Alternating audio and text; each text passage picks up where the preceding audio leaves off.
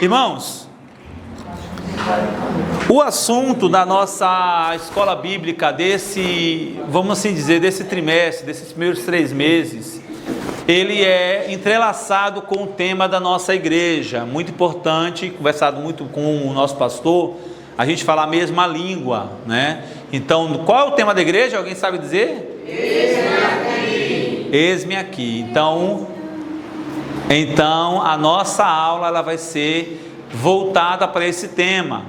É claro que a gente não vai ficar preso a Isaías 6. Nós vamos andar pela palavra, pelas escrituras sagradas, em todos os episódios, ou alguns episódios, que esse eis-me aqui apareceu, né? Não propriamente dito a frase, mas a disposição da pessoa, né? Que conviveu no contexto histórico. Vamos começar aqui, falar sobre esse tema do eis-me aqui, e tudo parece ser muito simples, né? Não, é só me prontificar, é só dizer sim. Mas esse sim, ele acarreta para nós, ele traz para nós uma série de coisas que, se a gente depois não analisar, nós vamos fazer que nem Jesus fala sobre a construção de uma obra. A construção de uma obra sem os materiais. Tem um texto da palavra de Deus que Jesus fala assim, que o homem sensato, o homem prudente, ele analisa antes de começar uma construção, para que, quando estiver no meio da obra, não lhe acabe os materiais, e quem passar, caçoem dele, dizendo assim, começou e não consegue terminar. Então, o mesmo conceito de ter uma relevância daquilo que nós falamos ou fazemos, é esse conceito de ter o subsídio, de ter a base para a nossa vida. É muito fácil uma pregação, a gente está emocionado com aquela palavra, uma palavra bonita, uma palavra que mexe com a nossa alma, que arrepia os cabelos do braço, e de repente, quem está disposto a servir a Jesus? Eis-me aqui. A igreja, eis-me aqui, levanta a mão. Aí, quando vai passar um tempo, a gente percebe que não é tão fácil esse eis-me aqui. A gente percebe que tem mais coisas a ser consolidada. Então, a intenção de hoje é trazer para você, de tudo que existe, pelo menos 3 aspectos, 3 coisas, que são importantes a ser observadas no eis-me aqui. 3 coisas que são importantes. Eu quero escrever aqui a primeira. Obrigado. Você nem foi para mim, mas obrigado. Existem 3 coisas importantíssimas, né? Eu coloquei na introdução assim, só para você ter uma ideia. No versículo 1, versículo 1 do capítulo 6 de Isaías, tá? A gente está trabalhando eis-me aqui dentro do tema da igreja, que é o momento da visão de Isaías, da glória de Deus, em Isaías 6. No versículo 1 do capítulo 6, nós vemos nas palavras de Isaías, que algo importante havia acontecido no ambiente que ele estava inserido. Observe que ele faz referência a isso. Abra sua Bíblia em Isaías capítulo 6. Amém.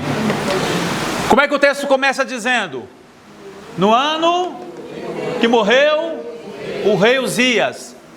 A gente percebe que tem um evento que ele é tão importante para Isaías correlacionar ele com aquele momento que ele vê a glória de Deus. A referência, a condição temporal dos homens antigos era amarrar ou a reinados ou eventos importantíssimos. Pode ver que no Antigo Testamento a gente vê muito referência.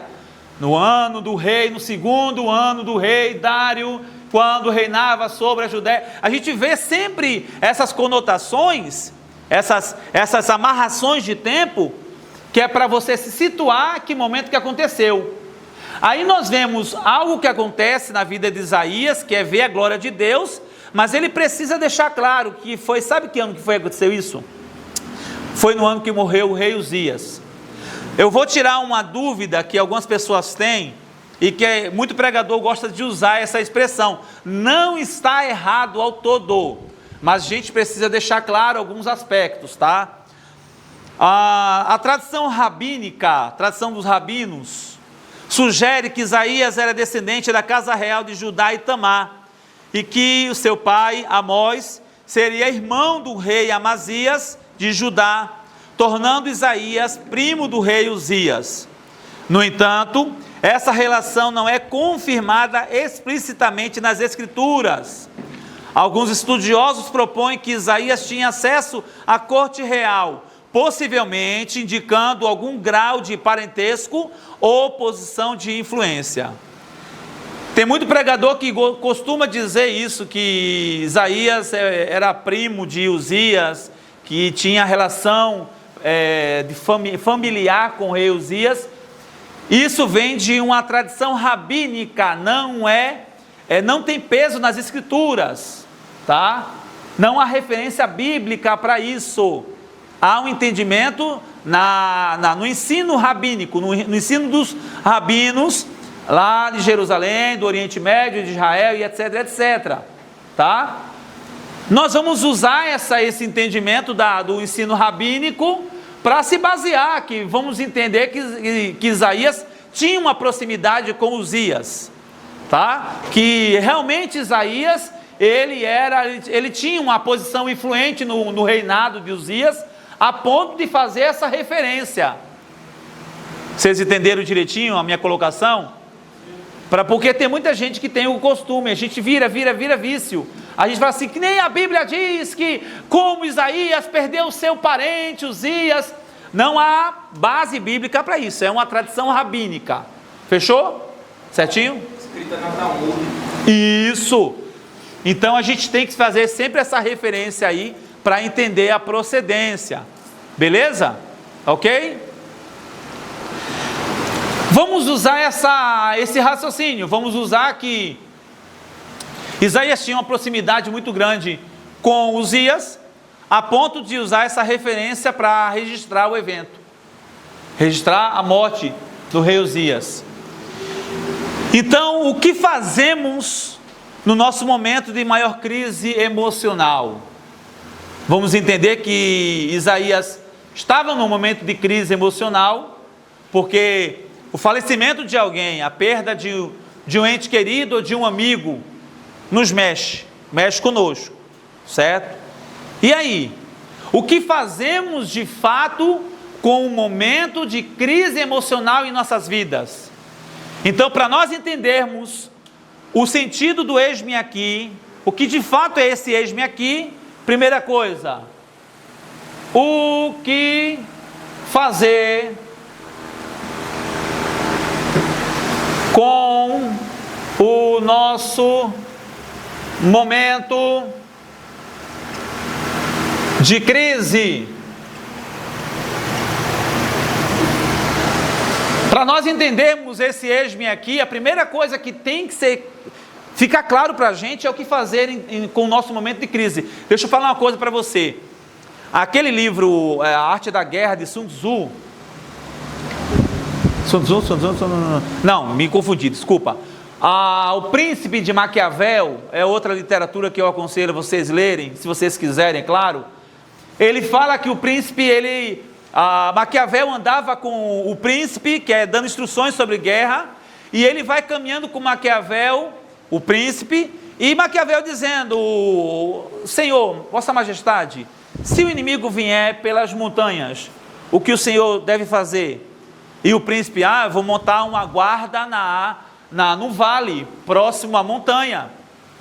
Mas se de repente o inimigo vier pelos mares? Não, vou montar uma guarda nos portos. Monto a guarda nos portos, e quando o inimigo chegar por água, eles vão estar preparados e como é que a gente fala? Combater a chegada do inimigo, fazer a contenção do inimigo. Maquiavel diz assim que a gente não se fala de velório em velório. Não se fala de tristeza no momento de tristeza. É muito interessante essa orientação de Maquiavel. Por quê? O momento de se falar o que fazer no momento de crise, para muitas pessoas é agora. Porque eu não posso chegar durante uma catástrofe que tenha acontecido na sua vida e querer lhe corrigir ou lhe ensinar alguma coisa no momento de fragilidade. Sabe por que muitos velórios e enterros as pessoas ficam suscetíveis a alguma orientação. Pode ver que pregador ganha muitas vidas para Jesus em velório, porque todo mundo está sensibilizado com a dor. A maioria das pessoas ali está pensando, e aí, o que é que vai ser de mim? Eu estou vendo não sei quem no caixão e podia ser eu. Então o que é que eu vou fazer com a minha vida, a minha pós-vida? Então ficamos muito sujeitos a isso. Não devemos ser sensibilizados apenas pela perda, mas devemos nos estruturar para a mudança genuína. Salmos 90, verso 12. Alguém bom de Bíblia aí, abre para mim, por favor, e lê esse versículo, alto e bom som. Salmos 90, verso 12. Quem achou pode já ler, tá?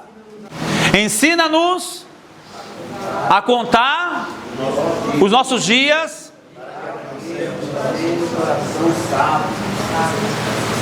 Nós temos que ver a situação, o momento de crise na nossa vida e tirar um resultado positivo para nós dentro desse momento.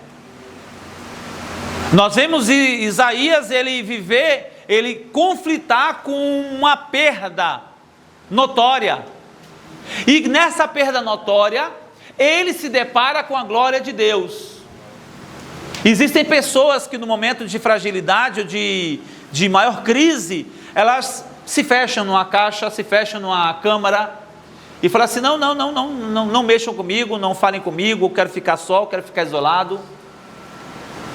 Isaías, nesse momento, não posso lhe afirmar se de bom grado ou se de mau grado, mas ele se encontra no momento de crise e ele é suscetível à manifestação da glória de Deus. Vocês conseguem compreender dessa forma? O segundo versículo, Tiago 1:22. Tiago 1:22 diz assim: sede cumpridores da palavra e não somente ouvinte, enganando-vos a vós mesmos, né? As pessoas, quando estão naquele momento de fragilidade, ela até ouve, mas a prática é totalmente diferente. É difícil praticar. É fácil ouvir no contexto e é difícil praticar.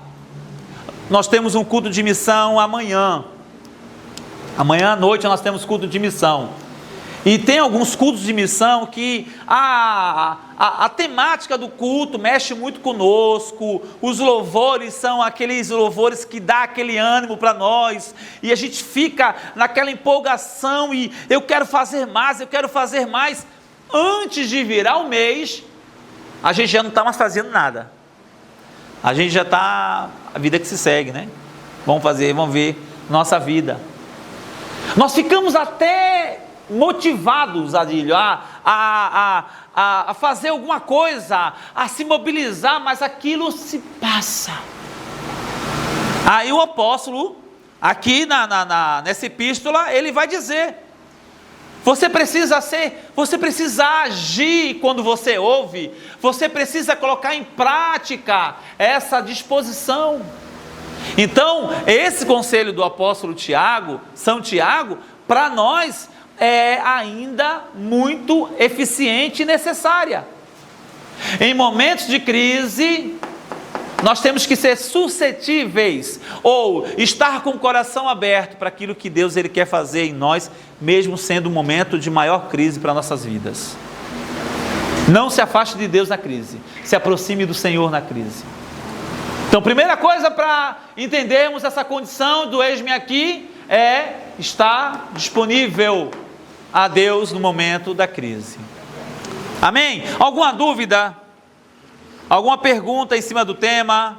Do capítulo 1 ao capítulo 5, somente um complemento. Isaías ele já agia, tratava como profeta, já tendo as visões, revelações e já pregoando aquilo que o Senhor estava ali entregando.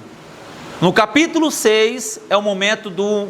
Vamos ver aqui na lição, você vai entender. Irmãos, eu estou trazendo essa questão para complementar o ensino extra-bíblico, porque são coisas que a gente pode agregar na nossa vida, no nosso conceito, tá? Eu falei sobre Maquiavel, sobre o príncipe Maquiavel, mas porque é uma realidade. Sabe por que a gente se encontra muitas vezes desprovido e surpreso em meio à crise? Porque não estávamos preparados. E por que não estamos preparados? Porque não temos aquela caminhada no pátio da nossa vida e começamos a pensar, e se vier isso? E se acontecer aquilo? E se vier aquilo outro? O que é que eu devo fazer? Como é que eu devo agir? Como eu devo me preparar? Você entende onde eu quero chegar?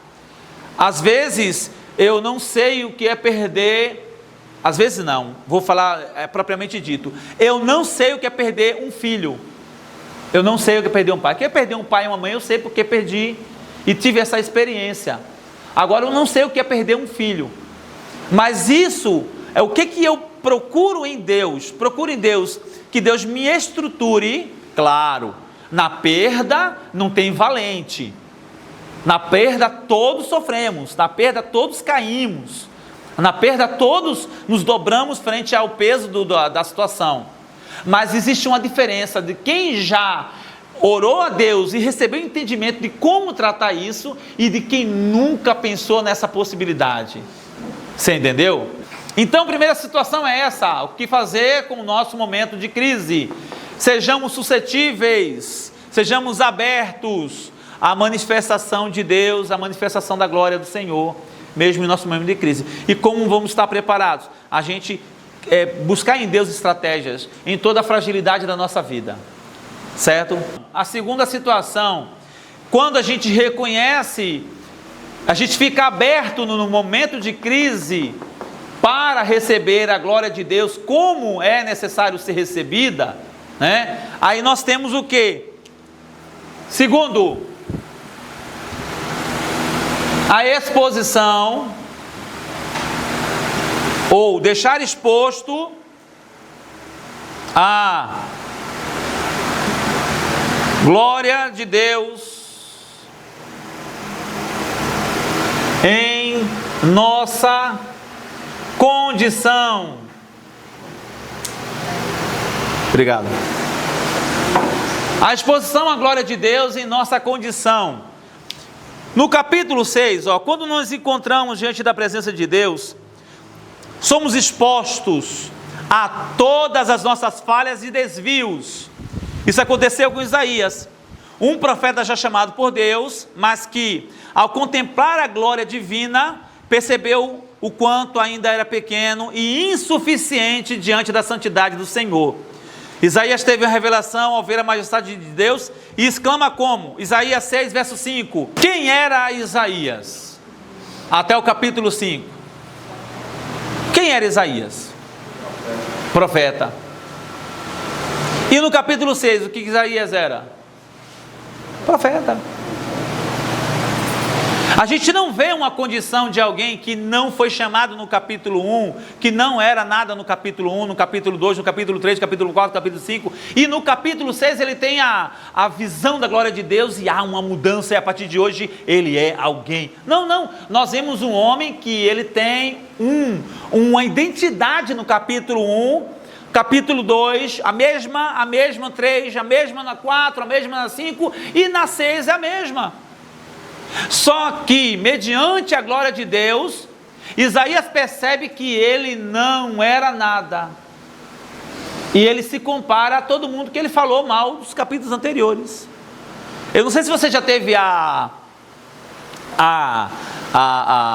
vontade, não era a vontade que eu ia usar, mas vou usar ela porque só tem ela, a vontade de ler o livro de Isaías, e você observou como é que é narrado os capítulos do 1 ao 5.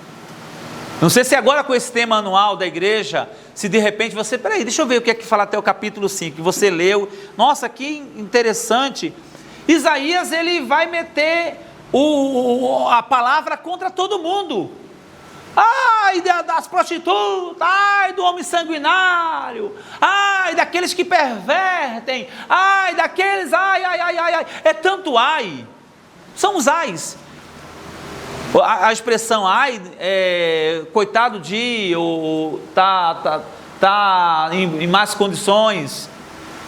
É tanta gente que ele vai falando contra até o capítulo 5, porque ele recebe a mensagem de Deus, olha para a situação do povo e fala assim, está todo mundo errado, pelo amor de Deus. Que situação é essa? Que adoração é? A pessoa não sabe adorar, a pessoa não sabe buscar. Deus é santo, Deus é poderoso. E quando a pessoa ela faz esse apontamento, ele não se apresenta como participante dessa sujeira nacional. É como se de repente você dissesse assim, como cidadão, você olhasse para as autoridades civis e militares e dissesse, está tudo errado, a receita do governo está errada, a presidência está errada, os governadores estão errados, prefeito está errado, prefeito não, não sei quem está errado, o vereador está errado, está todo mundo errado. Aí daqui a pouco você se encontra na Câmara, junto, trabalhando lá, e você percebe que você também é um errado. E é isso, e esse é o tchan. Esse é o tchan. É o tchan que a Bíblia traz para a gente, para nós entendermos que quando ele é exposto à glória de Deus, a gente percebe a verdadeira nossa condição. Vocês entenderam?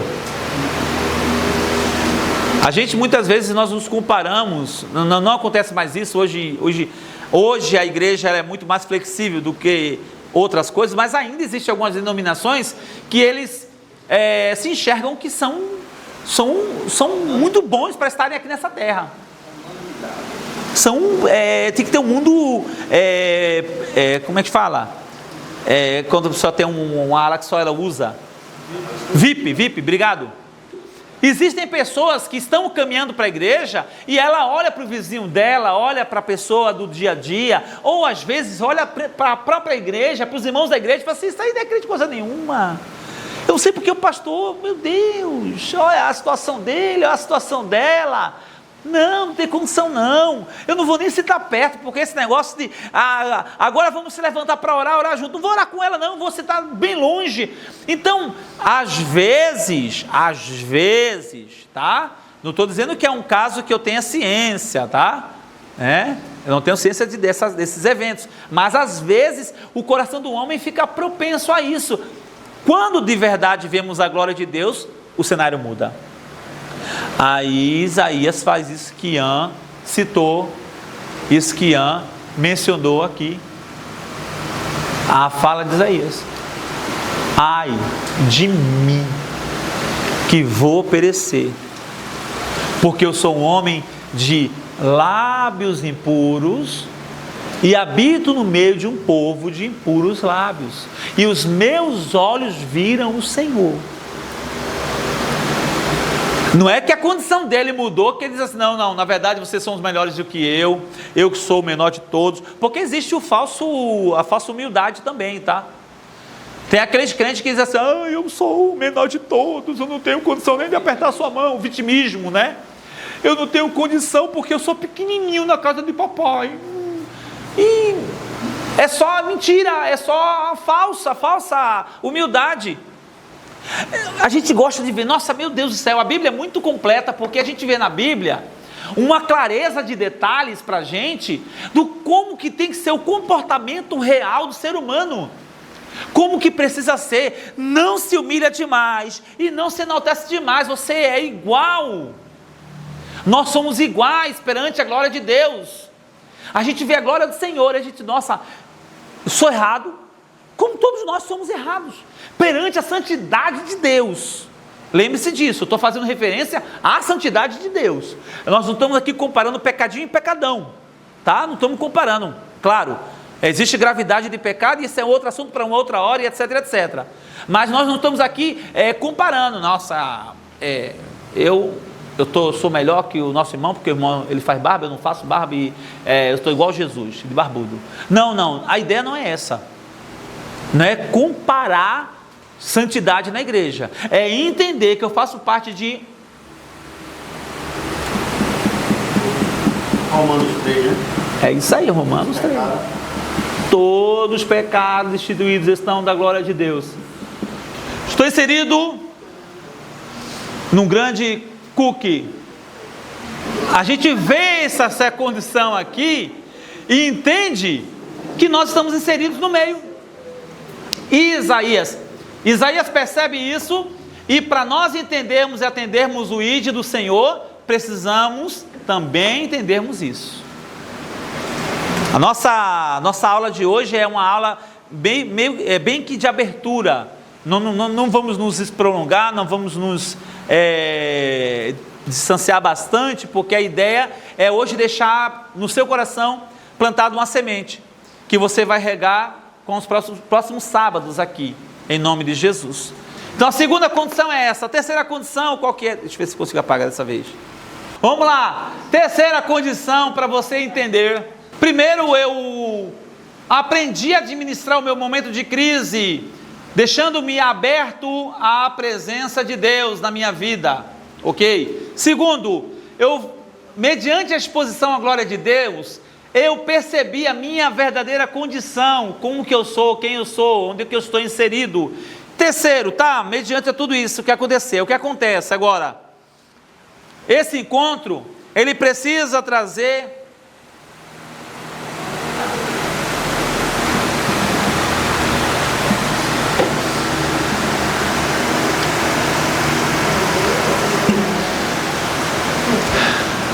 o que é que está escrito aqui? Esse encontro precisa trazer na minha vida verdadeiras mudanças. Porque se tudo isso aqui acontecer e eu continuar a mesma coisa, de que adianta? De que vai servir? Se tudo isso acontecer e eu continuar ainda o mesmo crente, falastrão, mentiroso, desordenado, que não quer nada com Deus, quer nada com a santidade de Deus, o que é que vai fazer? Deus, ele não tem tentativa e erro.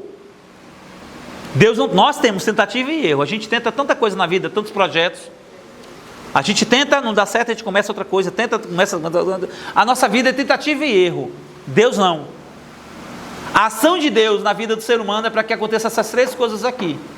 E se de repente, ouça bem o que eu vou falar, é forte o que eu vou falar agora, tá? Se não acontecer essa mudança, não adianta essas duas coisas aqui. Precisa acontecer essa mudança. Se não aconteceu ainda essa mudança em nós, porque nós vamos avaliar quem? Olha para o irmão que está do seu lado e diz assim: eu vou avaliar eu mesmo.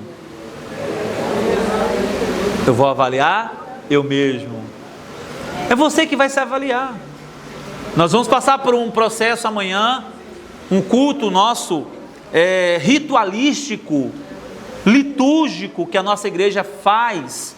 É uma lembrança, uma memória, que todos os meses a gente tem que fazer essa análise. Aí eu estou te chamando para uma situação que você vai fazer essa análise constante, diária, na sua vida, para que haja uma verdadeira mudança. Não estou dizendo que vai sair daqui todo mundo perfeito, não é isso. Não estamos chamando vocês. A nossa intenção, a ideia que Cristo dá à igreja, e a igreja traz a sua membresia, não é para que tenhamos crentes, super crentes aqui no nosso meio, superes, né? Com a roupa do Superman, o Supergirl, o Supergirl, sei lá,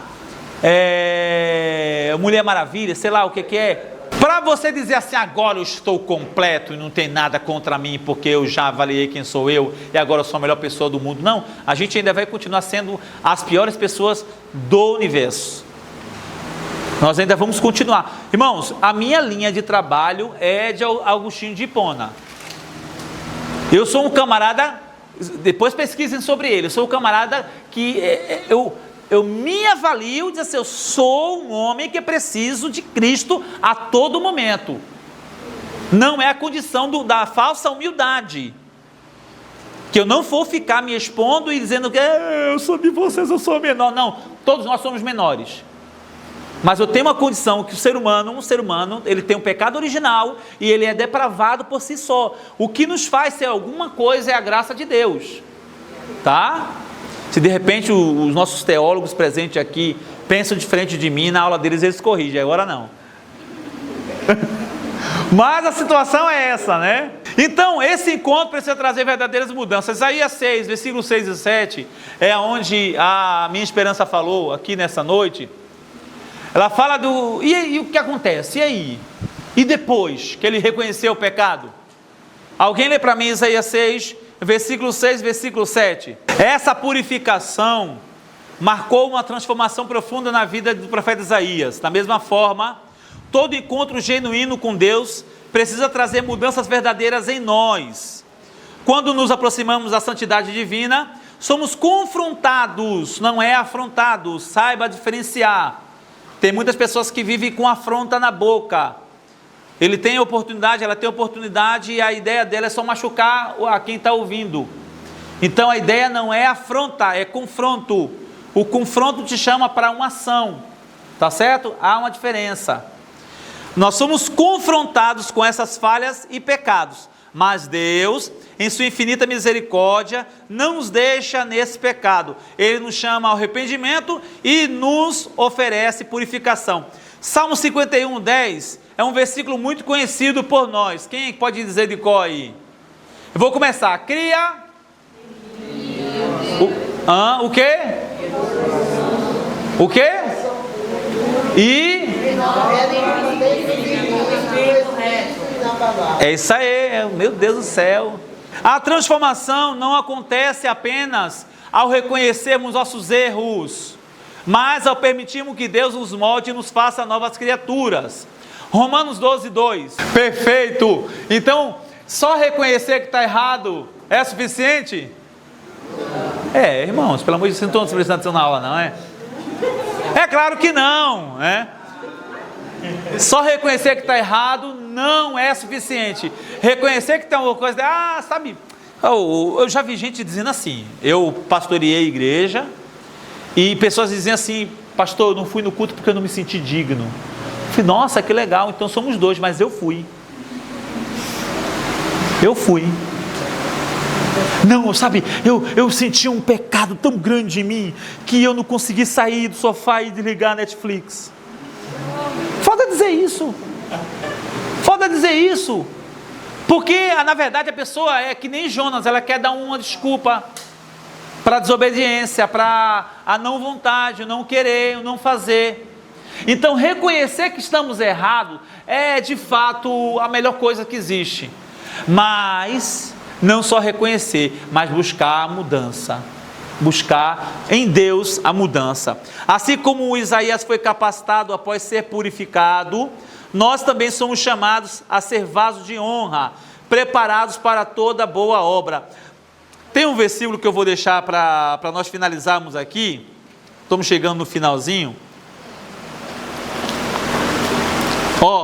Ora, numa grande casa não somente há vasos de ouro e de prata, mas também de pau e de barro, uns para honra, outros porém para desonra.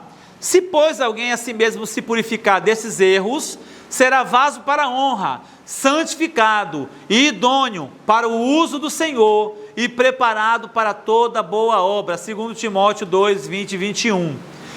Que possamos desejar essa purificação contínua, permitindo que Deus remova tudo aquilo que nos afasta dele, para que possamos viver plenamente sua vontade. O verdadeiro encontro com Deus transforma, renova e envia. Assim como Isaías, que pôs ser purificado, respondeu. O que é que ele responde?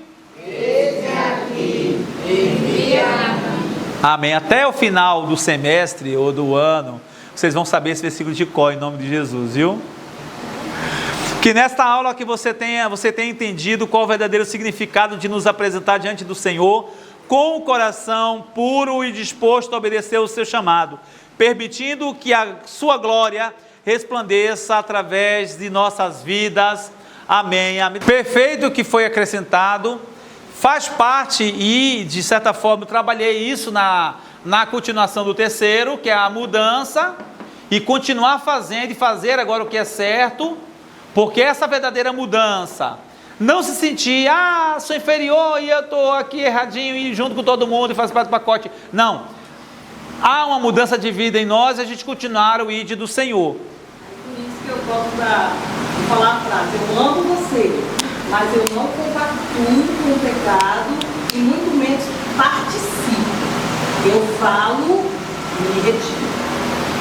E aquela pessoa que tem que ter a consciência. E a gente sempre falou isso, né? Onde a gente passou. A gente sempre foi falar a verdade, de nossos conselhos, né? Tudinho. E a gente fica tranquilo. Não tem como a pessoa chegar no céu e dizer, Senhor, eu não sabia, não. Graças a Deus.